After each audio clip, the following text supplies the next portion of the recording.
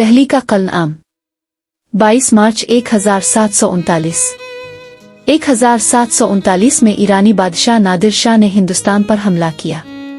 مغل سلطنت کمزور ہو چکی تھی اور محمد شاہ رنگیلا کی حکومت میں دہلی بے بس نظر آ رہی تھی۔ 24 فروری 1739 کو کرنال کی جنگ میں مغل فوج کو فیصلہ کن شکست ہوئی اور نادر شاہ دہلی میں داخل ہوا۔ پہلے تو اسے پرامن طور پر شہر کا کنٹرول دیا گیا، لیکن حالات جلد ہی بدترین صورتحال کی طرف بڑھ گئے۔ 22 مارچ 1739 دہلی کا خونین دن۔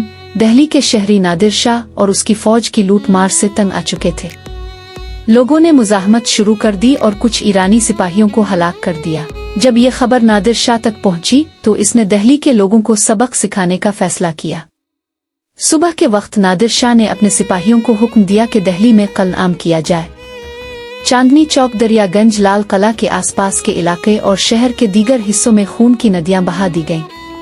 نادر شاہ کے سپاہیوں نے بغیر کسی تفریق کے مرد، عورتیں، بچے، بوڑھے سب کو قتل کر دیا۔ اندازہ لگایا جاتا ہے کہ 5 لاکھ افراد قتل کیے گئے۔ دہلی کی گلیاں لاشوں سے بھر گئیں اور خون بہتا ہوا نالیوں سے نکل کر گلیوں میں پھیل گیا۔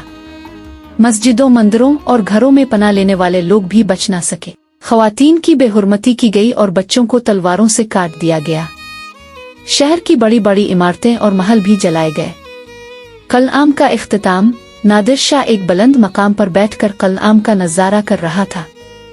جب اسے یقین ہو گیا کہ دہلی کی روح کو کچل دیا گیا ہے تو اس نے ہاتھ اٹھا کر قلعہ روکنے کا اشارہ دیا، لیکن تب تک دہلی ایک ویران قبرستان میں تبدیل ہو چکا تھا۔ نادر شاہ کی لوٹ مار۔